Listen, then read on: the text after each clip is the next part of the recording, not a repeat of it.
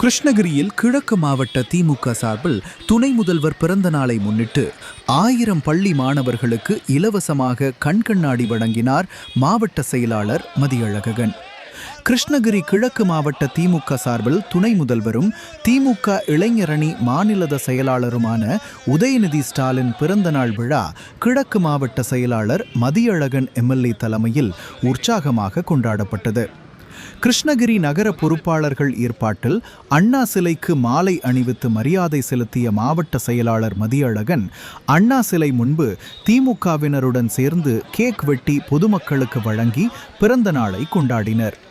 இதனைத் தொடர்ந்து கிருஷ்ணகிரி புனித அன்னாள் மேல்நிலைப் பள்ளியில் பள்ளி மாணவர்களுடன் துணை முதல்வர் பிறந்த நாளை கேக் வெட்டி கொண்டாடிய மாவட்ட செயலாளர் மாணவர்கள் மற்றும் ஆசிரியர்களுக்கு இனிப்புகளை வழங்கினார். மேலும் அரசு மற்றும் அரசு உதவி பெறும் பள்ளிகளில் பயிலும் மாணவர்களுக்கு நலம் காக்கும் ஸ்டாலின் திட்டம் மூலம் கண் பரிசோதனை மேற்கொள்ளப்பட்டு அதில் கண் பார்வை பிரச்சனை உள்ள 1000 மாணவர்களுக்கு மருத்துவர்கள் பரிந்துரையின் அடிப்படையில் இலவசமாக கண்கண்ணாடிகளையும் வழங்கினார்.